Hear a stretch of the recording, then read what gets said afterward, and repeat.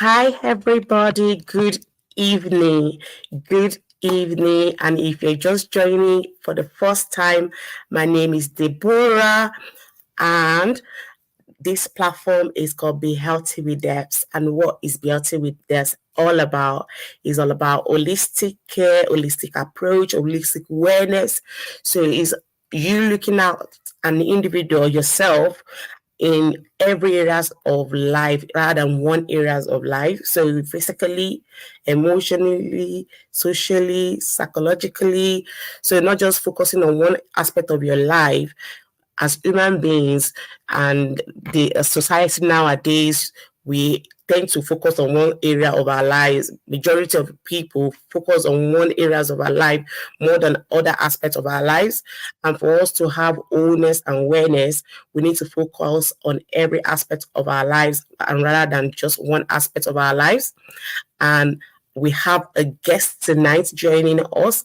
But before the guest join us, I want us to just share the link with our friends, our families. I want us to invite somebody to join us on the live. So I'm going to just give a few minutes for us to join in and just share it to everyone on our contact list, on our social media, and I will be doing the same also over here. So join us live and share it with everybody on your contact list, on your social media, on WhatsApp. So I'll give us a few minutes while we sharing out to everybody on our contact list. Hi, Yemi. I'll give us a few minutes while we share. And yeah, I'm sure that we've all been to church today and we've all had a nice time in church today. I'm sure we all been to church today and we've had a nice time in church. So yeah. And while we're waiting, if you have any questions that you want to ask myself or the speakers about superheroes, so the superheroes that we're going to be talking about tonight, we mentioned about it. So the superheroes in the aspects of that we're talking about today are children or individuals that maybe have been given a medical diagnosis or they have a such of a medical condition. So those are the superheroes that we're talking about today. And our guests will be talking about our own personal experience and how we as individuals also, if we're in this situation, how we can manage the situation, how we can care for the people that are in our care, even if it's our neighbors, our colleagues, our niece, our nephew, our sons, our daughters, whoever it is that we're carers to or are in our care or our family members. So we no further ado, I want us to show emojis, like claps to our guests. I will be bringing her up shortly. I'm just going to give us a few minutes for us to just send emojis, clap, love, everything, because we have to show her so much love because we're all about love on here also. When it comes to love, we know how to show and give love and appreciation. So I will appreciate if we can just show our emojis, show our love, and just welcome her on the platform. So before I bring our guest on, I'm just going to quickly introduce her to us. And our guest today is called Adewumi Okeya. She's mom of two boys. She's a former secondary school teacher, and she was teaching children in year 6. She advised parents on subject choice and career choice for their children in high school. She's a newly qualified physiotherapist. Literally, she just had a graduation on Friday. She's a newly qualified physiotherapist. So not only that she's a teacher, she's also a physiotherapist. So welcome on stage with us or with me, Adewumi Okeya. Hi, hello everyone. Can everyone hear me clearly? Yes, Hello. I can hear you. For our family online, if you can hear us, please say we can hear you so that we know that you can hear us. Yes. Sarah, Ari, hello. Thank you for joining in. Thank you so much for joining in. We can hear you. If you can hear us, say we can hear you so we know that you can hear us, please. Say we can hear you loud and clear. Thank you so much, Sarah. Thank you. Yeah. So I know you've been really qualified as a physiotherapist, and I know you've already got a job. Yes. So why Yes. did you switch from being a teacher to being a physiotherapist? Why the career change? Oh wow, that's a very. I wasn't expecting that question. So, well, I enjoyed teaching for 6 years, but Yeah. the reason why I wanted to go into physiotherapy was because I've always longed to care for people. Mm, So like hands-on caring for people and a mm, wide range rather than just school kids. So teaching is a hobby for me. Like I still love teaching. Like once in a while I do tutor kids or advise parents on like career choices for their teenagers. So high school kids from year 7 to year 11. But going on to do physiotherapy was just a dream I've always wanted to do. So it's something that has been, you know, it's like physiotherapy was just so it's sorry, something I've back is all from yeah, me. but yeah, I was wondering where that came from. So it was It's something from, that I'd really, really wanted to do. So I wanted to be in the mm, healthcare service. I wanted to care for people from from young to old. I wanted to be involved. I wanted to see how people would progress from when they've come in to when they leave. So it was just a whole lot of things. And I think I just like meeting new people, different people every day, every time. And I thought that would give me that opportunity because you meet different patients, different people of different personalities, different people with different educational needs, mm. special needs, people with like, you just have so much to learn from people when you go when you're in like that field. Yes. Wow.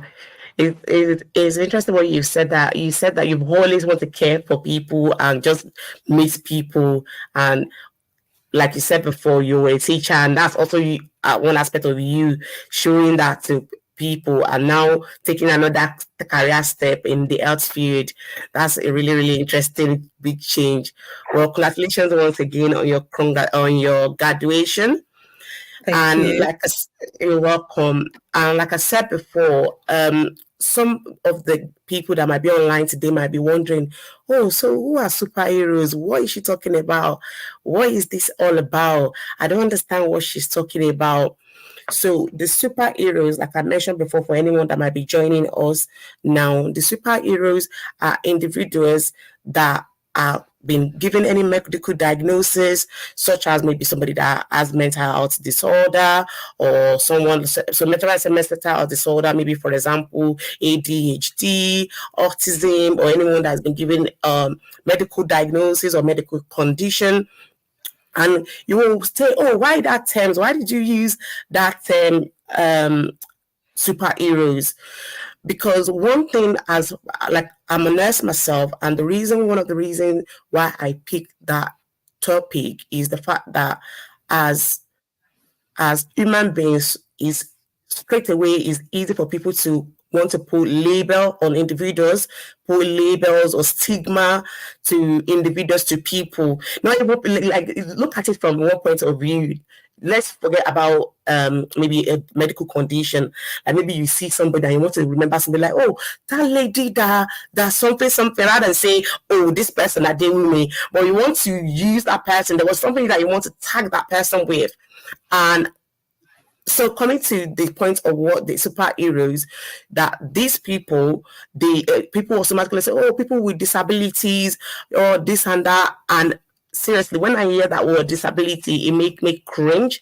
And I just see it as, rather than saying us saying people with disabilities, these are people with abilities that probably has not been identified with yet, abilities that maybe has not been discovered yet. And when you spend that time with them or you speak to them and go the extra mile to try and find out, you realize that, you know what, there is more to them than whatever label is being put on them. There's more to them than whatever you think you can see. So going beyond what you can see and going beyond what maybe you know about these individuals, and yeah, that's where the title superheroes came from. And it's just their strength and their ability. We see loads of people like celebrities that maybe they have a medical condition of either physical or mental health or whatever it is, and they're doing so amazing things in this world that we're in today. So today is just to encourage the carers that how their parents or even individuals also that might be on this life and they are hearing about this, and just know that you are loved, you are amazing, and you are as important as anybody else. And yeah, with no further ado, just giving you the forum and just want to you to share your story because I know a bit and I just want you to share your story. I know that one of your son was diagnosed with autism, and I just want you to share your story about how did you find out that he had a diagnosis? What are the challenges that you face? What are the things that you've done that have helped you? Yeah, just for us to be able to have better understanding about this thing, and also when we come in contact with people, how we can offer help and know that, you know what, I might not understand what you're going through, but how can I help? What do you need from my help to be able to help you and to be able to understand that, or also that information? I only sugar Shola Bomi. Hello. Yes, she is the super mom. She is. Yeah, the floor to you, Adewumi. Okay. So yeah, so I've said hello to everyone before, so I'll just Yeah. start. So I'll just start with a bit of my journey. Mm. So finding out that my child had autism, I think I went through. I'm sure all of you are very familiar with Kubler-Ross grief cycle. So if you're not familiar with it, there are 5 stages of grief. So for me, I think I went through not all of the stages, but at least 4 out of the 5 stages of you know grief, especially because when you give birth to a child, you don't think that anything would come with it. You just think, oh yeah, I don't know. I'm sure some people who are moms or those who are expecting or those who are praying to be moms someday, when you go on a journey of becoming a mom, or when you go on a journey of parenthood, it starts with, oh yes, so if I have this child, I want to send my child to this school, I want my child to be able to achieve this. You start planning the future of this child even before the child comes, and then you're given a child, and the next thing is, oh, your child has autism, or your child is has got a learning disability or something, and you're like, oh, hang on a minute, I've made all of these plans for my child, and then now you're telling me I cannot follow these plans that I've made for my child because my child has got this particular condition. So Mm. my journey is similar to that, and I'm sure that most moms who have had like the same situation will be able to tell me, yes, they agree with what I'm about to say. So, and that's why I've said that I would use the Kubler-Ross grief cycle to explain it. So I Thank you, started with, Sarah. oh, thank you, Sarah. I was going to list them out, but thank you, Sarah. So when I had my child in Liverpool Hospital, I was like, I had this plan. I was like, I'm going to go to Liverpool Royal. I'm going to have my baby at the Women's Hospital because it was like the biggest hospital in Liverpool. I had all of this plan. I was like, when he's born, I'm going to do this. I'm going to take him swimming. I'm going to do like, oh my God, I had a list of things I was going to do. Like, those moms that are like, yeah, my child's going to do this. I'm going to feed him this. Like, I think I bought so many gadgets and I was like, yeah, this child's going to eat all of this food. I'm going to be that mom who's going to do healthy eating, put vegetables in the plate and stuff like that. And then, and I was like, when he starts talking, I'm going to start reading with him. Like, I just had like so many plans. But I noticed that when he was 9 months, he wasn't when you call him, or when you're trying to do, like when you call his name, or when you try to do like sing along or clap songs, or just like, the developmental stage of Yeah. communication, it wasn't flowing. It wasn't like hitting the milestone like other babies were. But I was like, I'm not going to compare my child to anybody. My child might just have his own time to do his own thing. And I still think he has his own time, you know. So literally I had complaints in nursery, and I was like, oh, do you think there's something going on? So by the time he was getting to 18 months, I noticed that he was always spinning, putting things in a line. And I was thinking, oh my God, because I was a teacher at that point, and I've taught kids with special needs, ADHD, autism, and stuff.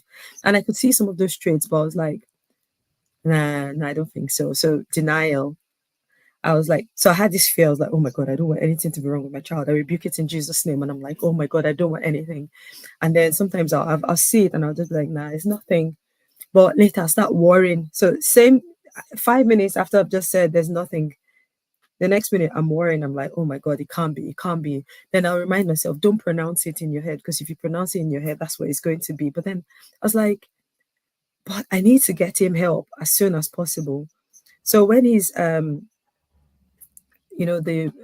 not the midwife now, health visitor, when the health visitor came to nursery to check him, she was like, oh, he has less than 50 words, and it doesn't even say mama and papa. So he wasn't saying mommy, he wasn't saying daddy, he wasn't saying any words. And I was like, okay, this is 18 months now, you can't keep avoiding it.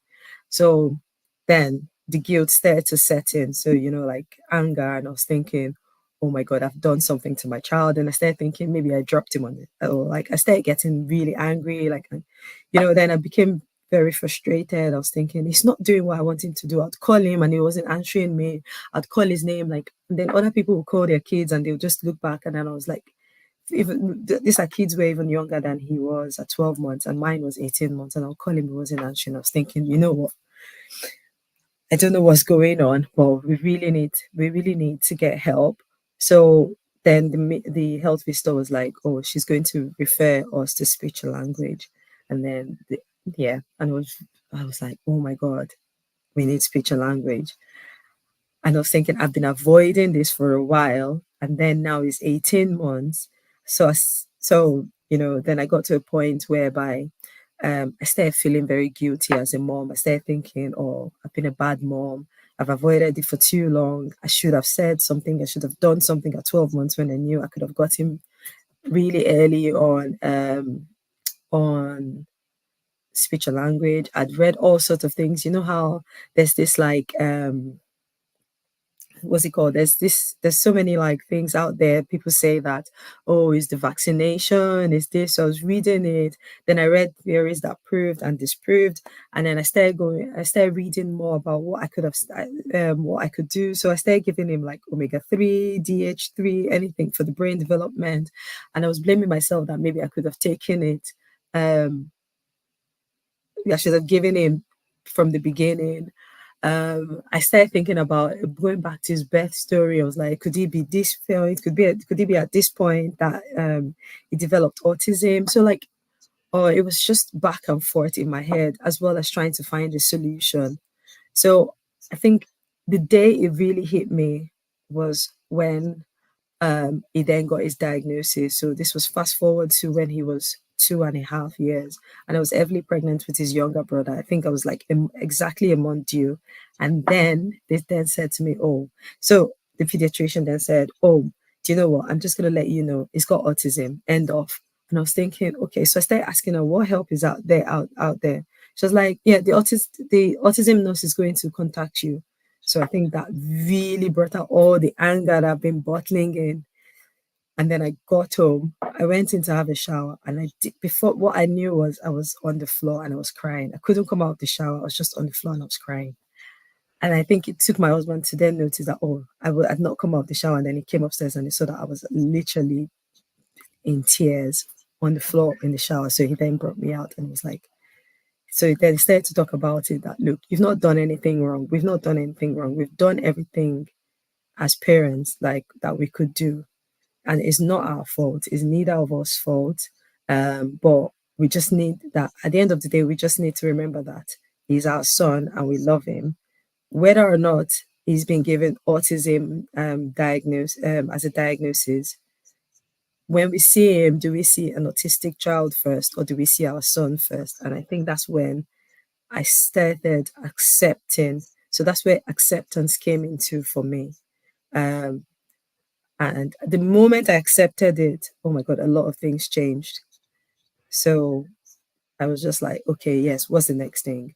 I found private speech and language therapy because the wait on NHS was too long. I'd started the NHS one, then side by side, I was doing the private speech and language. I booked a lot of private clinics just to get him to be seen by different health practitioners just to see if there was anything I could do. I did a lot of courses. I went to like ADD solutions to understand autism properly. Even though I was a teacher and I've taught autistic kids and I had like training in special education needs teaching, it's very different when it's your own child. So I ended up doing like a lot of short courses online. I did a little bit of behavior therapy, anything I could lay my hands on. Um, and I'm still doing training still now. Like I still went for one last week, or was it 2 weeks ago? Because um, with autism, it comes with sensory issues, and like when we say sensory issues, it varies. So it could be the fact that they can be so sensitive to even food, so they have something called aphid. So, and they're selective in eating. They can only eat a particular type of food, and that can be frustrating. Trust me, as a mom, that still drives me. And when I say that, that can be frustrating as a mom. Sometimes I'm still frustrated. So like the frustration doesn't go away, but it's just that I know how to manage it now. So I still went to learn about. So I went to a talk where the occupational therapist was talking about eating disorder and how to introduce more food. So I'm constantly going for training because I've accepted the situation. I'm at peace with it. And you know what? I love him. I feel like I feel like sometimes I'm more biased towards him than my other son because he's special, and I know that he communicates with me in his own way. He might not be able to communicate to others in the typical way, but you know what? He would communicate with you in his own way, and he's just a happy little boy. Oh my God, I feel like he's the happiest when he's at home, when he's in his new school. So I'm going to talk about that later. So it's just that's just my journey so far, and you know what? We're still on that journey, and I'm grateful to God for where I've been up to right now. There have been a lot of challenges on the way. So challenges would be things like, getting the right support. So like I told you, when the pediatrician told me that he's got autism, there was just no support. So she was like, the autism nurse will call you. Then I rang the autism nurse, and the nurse was like, oh, you only need to call me when you have an issue. And I was like, what? I only need to call you when I have an issue. But what do I do from forward from now? They were like, yeah, you need to let us know if you have an issue. So I was like, okay, we have an issue with his feeding. All right, we'll just send you some of these things. They just give us like some papers and some documents. Yeah, go and read that and try that. I'm like, oh, okay. Just go and read that. Ah, fine. Or you get things like you're struggling, so like you're struggling as a mom, or because you need that extra help, or the things that you need to buy, because if you notice, a lot of these websites sell things for special need kids, but they are really really outrageous, like just getting a velcro shirt for them to be able to open, because some of them might have issues with like motor skills. They might not have very good gross motor skills, and that's again because of the sensory issues and because of their awareness in space and in a place. And you're like, if I buy one of these shirts for £10, and when you go to the shop for like kids with that typical, you get a pack of school uniform shirts, three for £10. But then one shirt for that has a Velcro that you can open for a child with special needs is £10. And you're thinking, where do they expect all of this money to come from? So, like, you have to apply for certain things, you have to keep applying, and you have to write reasons why your child should be able to get that funding. Even to apply for a DLA, you have to write stories. And I feel like sometimes you have to like write you have to be able to get that funding, you have to write the worst day, what your worst day with that child is. Because if you just write, oh, my child has autism, he's been diagnosed with autism, they'll tell you you can manage, you don't need it, it's not disabled enough to get that funding, honestly. And then they'll tell you, oh, for your child to get mobility, um if he has to, if he's not, if he's he has to be from age 4 or 5. And then you're like, okay, so where what do you do between the age of 0 to 4? There's nothing. So there's nothing out there for parents between the age of 0 to 5 unless they start school.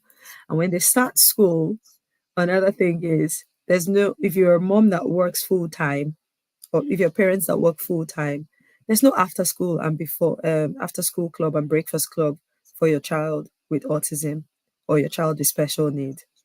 So you have to pay for maybe a childminder to be able to pick and drop off your child, or you have to have someone at home.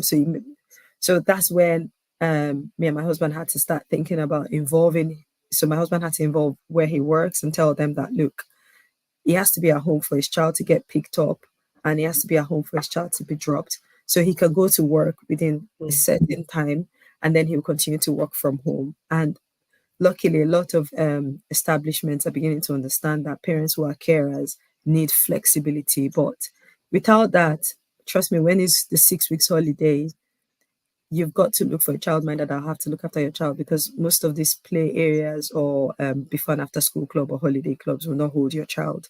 And well, I live in Warrington, and in Warrington, the holiday club for special needs, they would only give you one day in the week, in a week in out of the 6 weeks. So your child gets one day slot.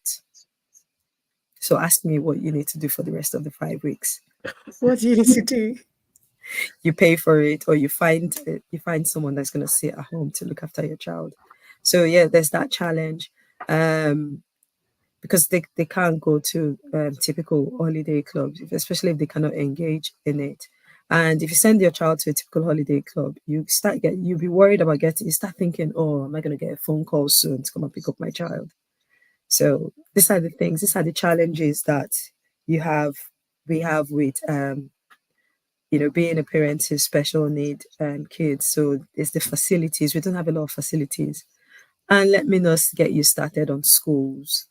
We don't have enough schools. So my child had to go to a mainstream school from reception up until year one before finally we got a space after like having to do a presentation to the council. Literally, we had to do a Wow. PowerPoint presentation to the council, and we had to get like the organizations that are out there. So there's you have the Send IS team, you have the Autistic National Team. So we had to get all of them involved to follow us for a mediation to explain to council why our child could not learn from a mainstream school.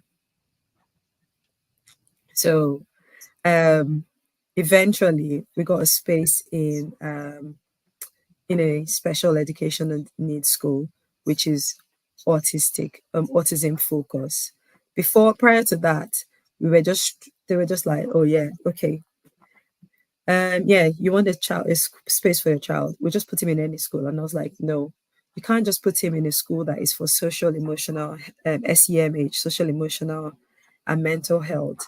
That was last year. And they were like, yeah, but there's no other school that's going to take your child. And I was like, no, he's going to wait in the mainstream school until he gets a space. Because when we went to check that school, we're like, this is not going to be a nice place for him to thrive. And when it was all the way in Wigan, I'm like, so you want me to put my 6-year-old in a taxi to go 1 hour to school? And you think that when he gets to school after that long journey, he's I'll not be going to be tired. he's not going to be tired. How do you expect him to learn? Then he comes home, and when autistic kids are tired, they don't rest. When they come home, they start to lash out. They start to become emotional. They can't control it. So it's like, I'm not subjecting my 6-year-old to that. So we had to fight for him to go to this school. Now, this school is half an hour from home. He gets a taxi that picks him and drops him. And it's been amazing. God, he comes home and he's like, school, school. He wants to go to school. So he's excited about it. And I feel like we made the best decision to turn down that school and fight for this current school. What I would say is that if you're a mom with special need, you're going to currently fight for anything for your child, and you have to be willing and be ready to be a fighter. Whether you're a mom or dad, as a parent, you've got to be a fighter parent, or else they're just going to either ignore your child, or your child will just be there, no help, or you just be managing, sailing through, and you won't be able to get the best that your child can get. Because in this current school, they notice he can read, he can write. He might not be able to tell you what he wants, but one thing I know is that he can read anything. If he looks at a word, he's going to phonetically try to say it out. He might not understand what it means, but he would say it out. And his number skills are on point.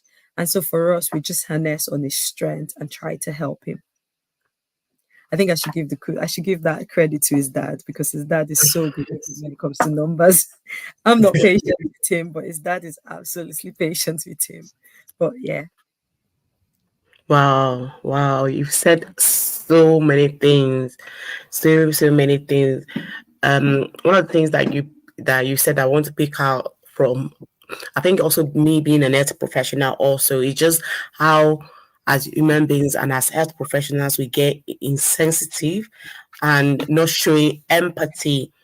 And sometimes I just wonder that, is that got to do with individuals, or is it got to do because you hear nowadays, oh, NHS, there's no staff, there's staffing issue. So I always think about it, is it staffing issue or is it an individual problem? Because it's not going to take you more than more minutes, just even if you don't have an understanding of what's being said, for you to redirect a person or give that assurance, knowing that you're just giving that kind of information. Yes, exactly. That must have been draining. Yes, like giving that kind of information and not expect a mom to just go on and just go and do like their own findings or whatever. And like Olu said, it must have been so draining having to. And you said that you were waiting. It was 1 month before you had your second son. So imagine getting that information. It could have had an impact on you, on even the baby that you're carrying. Like having that kind of information and just being sensitive about giving that information. And some of the things that you said also that I am going to hold on tight to. You said about focusing on his strength. So focusing on the things that he can do rather than focusing on the things that he's not able to do, and also using those strengths to encourage him and like putting more light empower. on those strengths rather than the negative side. And you also mentioned about being also, parents need to be advocates. So you need to advocate for your children. You need to advocate for yourself. Nobody is going to advocate for you. Nobody knows you better than you do. Nobody knows your child better than you do. You need to be able to advocate for yourself, because it's very, very important, because at the end of the day, you spend more time with that child. Yes, the health professionals might have expertise knowledge, they might have this, but at the end of the day, you spend much time with that child than anybody else does. And one of the questions that I have for you from what you've said was how, because you said that you went through the different stage of grief. Like, how do you, I know you said you came to a point that you came to an acceptance, and you said when you came to the point that you came to an acceptance, that it made the journey more easy.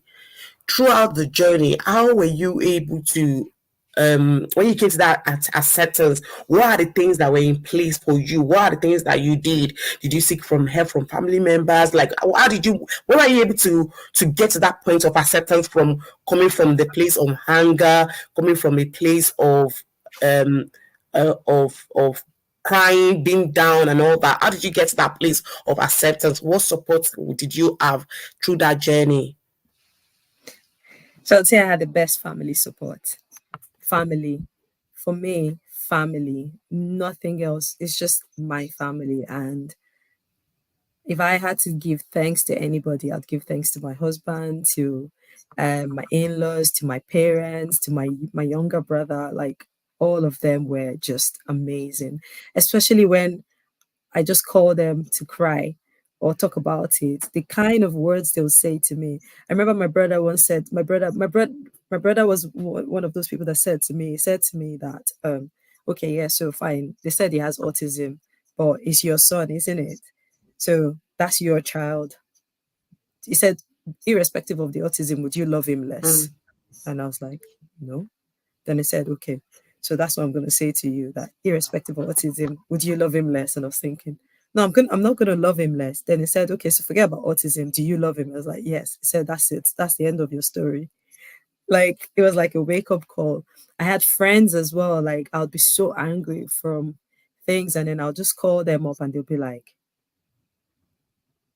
I'm here for you. What is it? And they'll just listen to all my rants.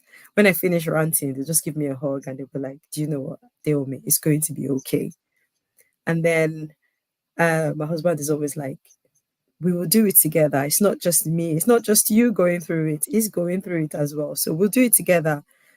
And he'll just be like, do you know what? Just take a break. I'll call my sister-in-law. She's like, she would speak to me. She would just pray with me. Oh, she's always constantly praying as well. She's like, I'm gonna pray for you. She'll just be like, I'll pray for him, and she'll pray for me, and she'll just pray. And when I finish ranting, she'll just be like, okay, let us pray. And she'll be like, and one of our prayer points, actually, I don't think she remembers this, but I'm gonna share this to her so she'll watch this. One of our prayer points is she always prays for peace for me. Like, no mm, matter what, she'll end it with, she'll pray for peace for me within my heart. And I think that that prayer point was effective because honestly, as a mom, I have peace within my heart. And then I reached out to a lot of teams. I joined a group called Chronicles of an Autism Mom. So we're just all moms there. We rant about frustrations of different things. Or even like if your child, when you put that food that your child used to eat and then it stops eating it, or we just rant again. What did you do? How did you do this? And then one mom will give you a solution, another mom will give you a solution, and you're like, oh, I've not tried this. So I've got a very, very fantastic network.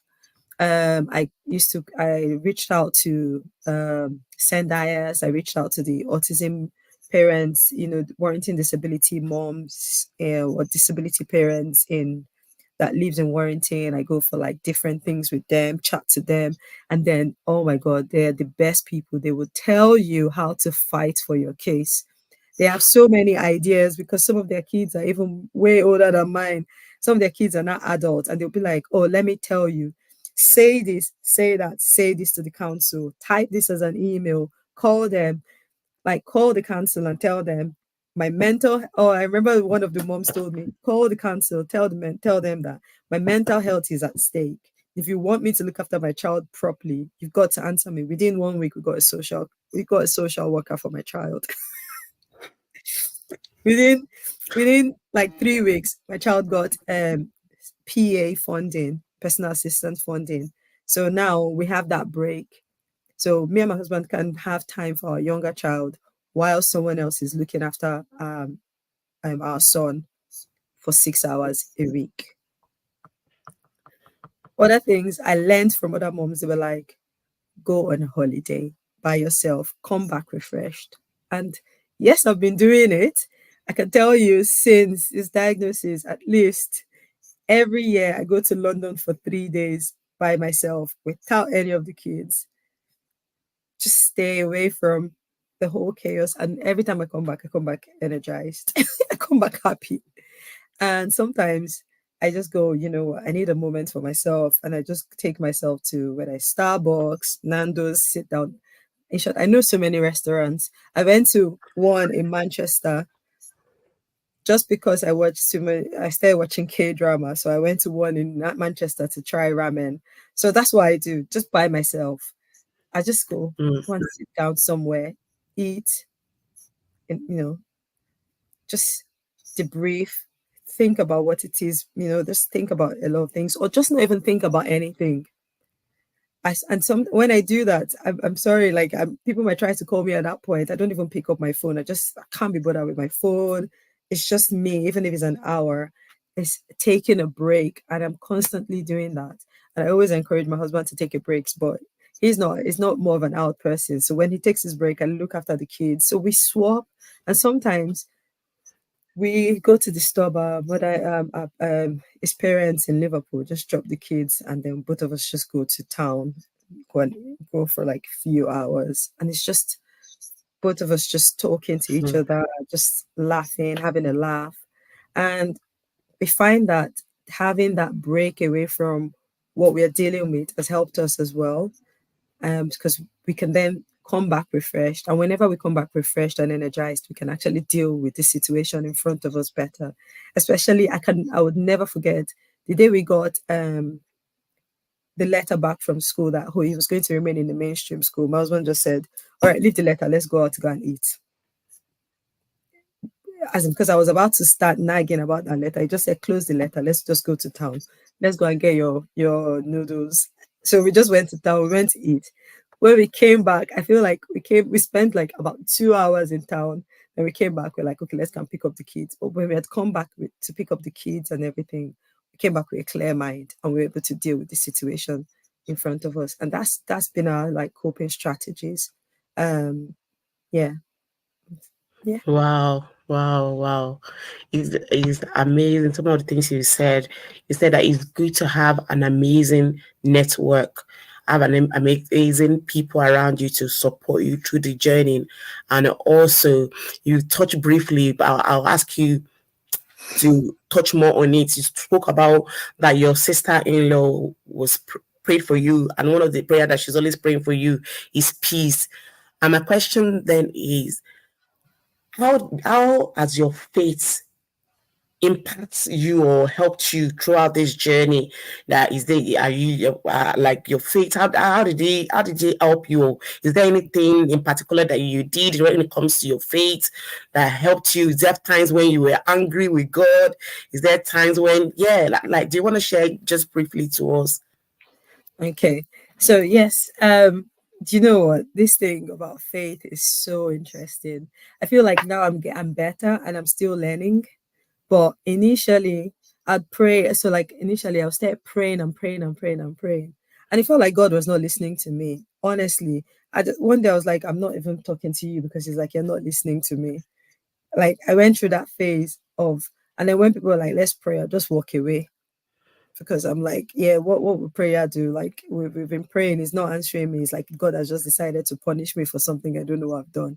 Like, and that's when I was in the guilty, like that anger phase. Oh my God, I was so angry. I think I was angry with everything and everyone and God. I was just thinking that it was just not listening because I felt like I did everything. I prayed, I fasted. I was like, God, just change this around.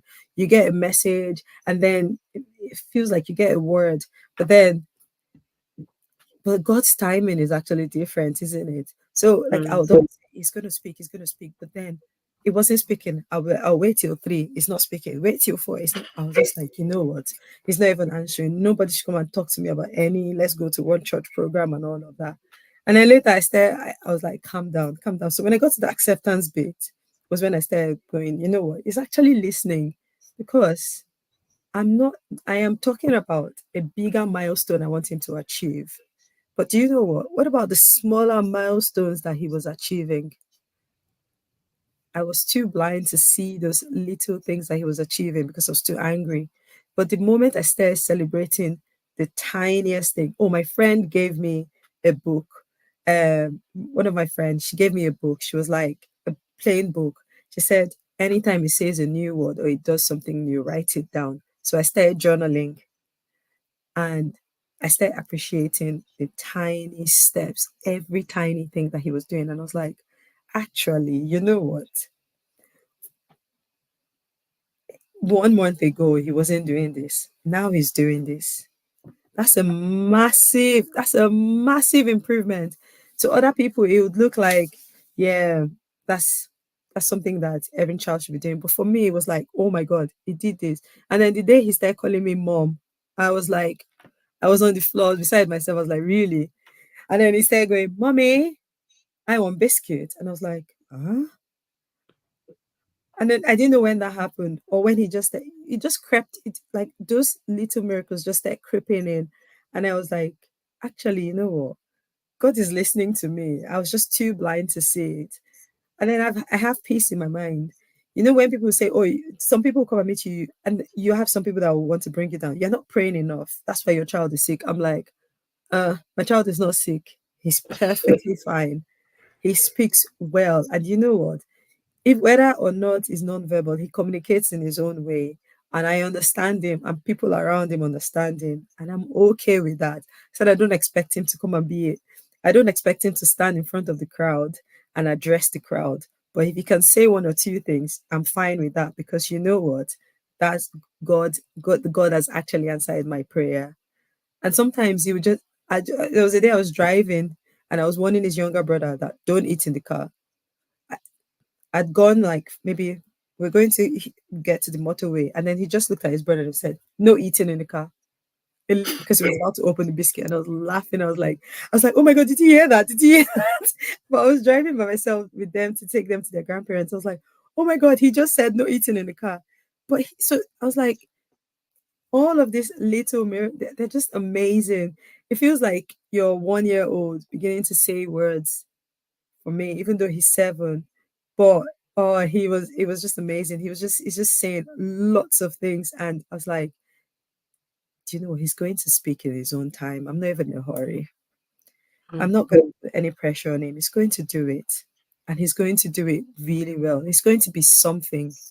And my faith is that my faith has gotten to a point that I know, and I'm rest assured that God has a plan for him.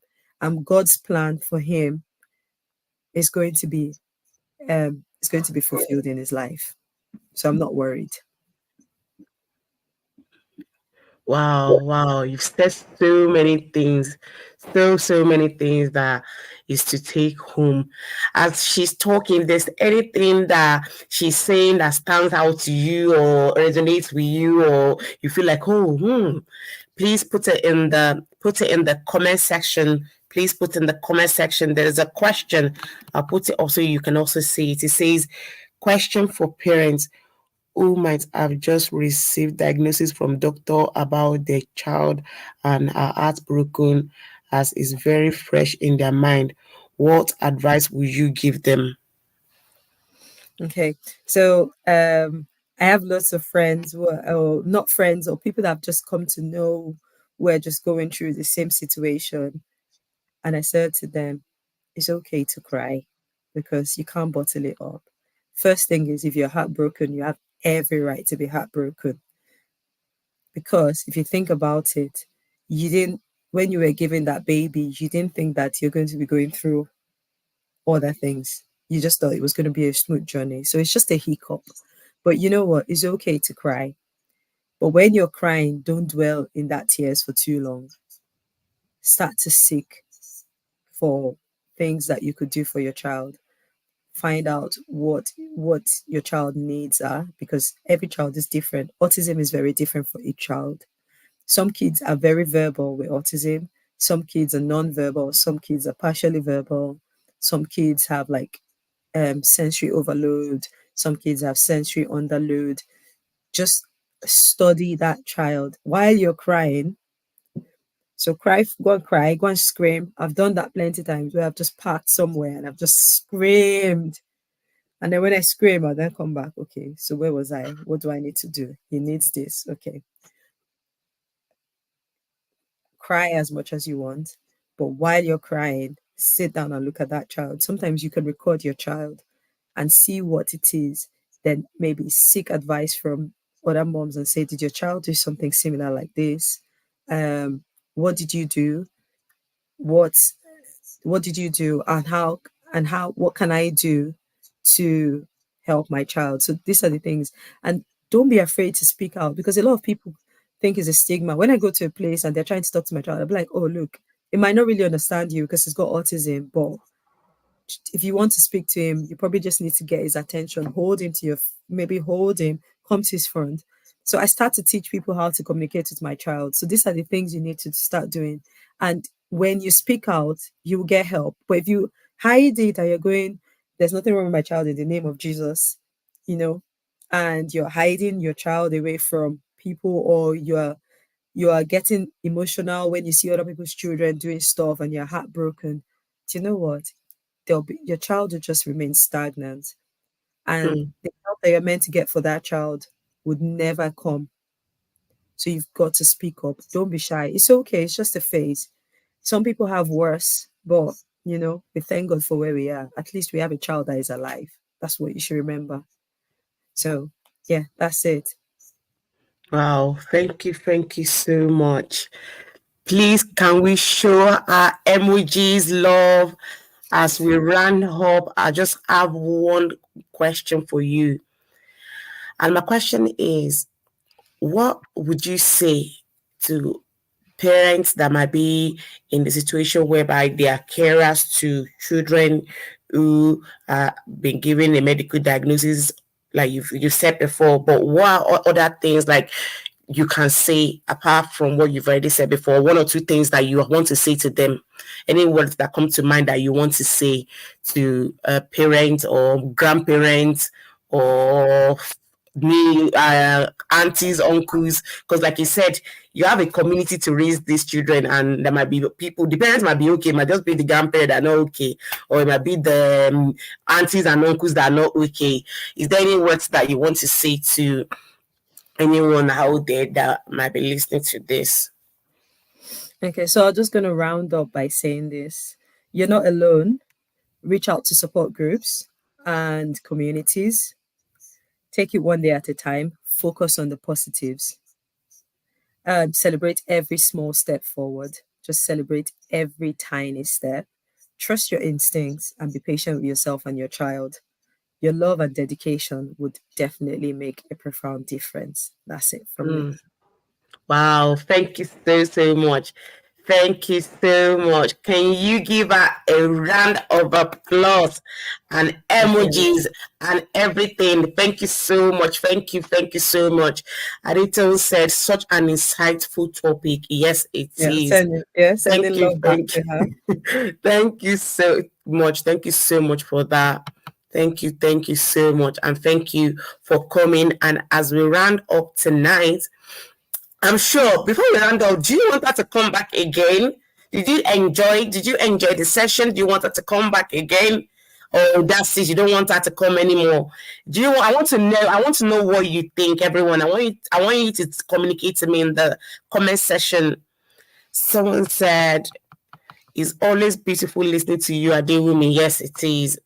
Like I am just amazed. Like myself and you, we've known each other since when you were in uni in Liverpool, Yeah, and it's just amazing yeah. just to, yeah, when you were doing your science course. That's about 11 years ago now, isn't it? Yes. And it's just amazing to see the growth from when you were just that single girl, when you were a student, to being married to a mom, and the amazing things you're doing, and how from when you had your son, I don't want to give his name out for confidentiality, like when you had your son to where you are now, the growth, and even your faith has been strengthened. Like I just don't know you on the surface. I know you, and I know that yes, it's been a journey, but like you said, you have come a long way, and it's been amazing to see you and your husband. Like you guys are doing amazing job, and I'm so happy and I appreciate you for coming on here to be vulnerable and share your story. I don't take it lightly. I don't take it for granted. Thank you so Thank much. you. Somebody Thank you. said, let me just read some of the things that people are saying. Someone said, thank you for sharing. If he said thank you for sharing, Sarah said, yes, we need her back. And Yemi, who is my husband, said it takes a lot of courage to come boldness to share all you shared with us. Thank you, Adewumi. And you're laughing. Someone said, so inspiring. We need you on the big stages, sharing because you will help so many people get through similar season. God is with you. Be encouraged. Yes. And Thank you you so have a much. YouTube platform. What happened to your YouTube platform? I will start it when I'm ready. I just wanted to get through like finishing the degree. Now that I've got a job, I'll be very settled and I'll be able to like start eventually. Just put me in prayers, but I will start. I know. We are waiting. We're waiting for that. We're waiting for that. Someone said, let's bring her back. Say, yes, shout out to Super Dad L. Yes. Yes, shout out to him. Please help us to say thank you and we appreciate him and thank you so much. And for anyone that might just be joining on this platform for the first time, my name is Deborah Adewisi and I'm a mental health practitioner. And this platform is all about holistic wellness. So just looking at yourself, not just one aspect of your life, but looking at different aspects of your life and being the best. And just knowing that you are not just focusing on one side, but looking at yourself as a whole and being the best in all those parts. So for your physical health, psychologically, spiritually, socially, every aspect. And you might come and say, "Oh, she's a wellness platform. Why is she talking about children?" Because that also have an impact. Because if our children are not okay, that's going to play a part on our health, psychologically, socially. You can be socially withdrawn. Physically, you'll be tired. You're not able to sleep. Like Adewumi said before, there were times when she's worried and being anxious. And that's why we talk about these different topics, just to empower and educate us as individuals so that we can go out there and conquer the world with the power and the strength of God. And thank you once again. Bye, everyone. Bye, Adewumi. Thank you so much, Bye. everyone. Bye. Bye. Bye. Bye.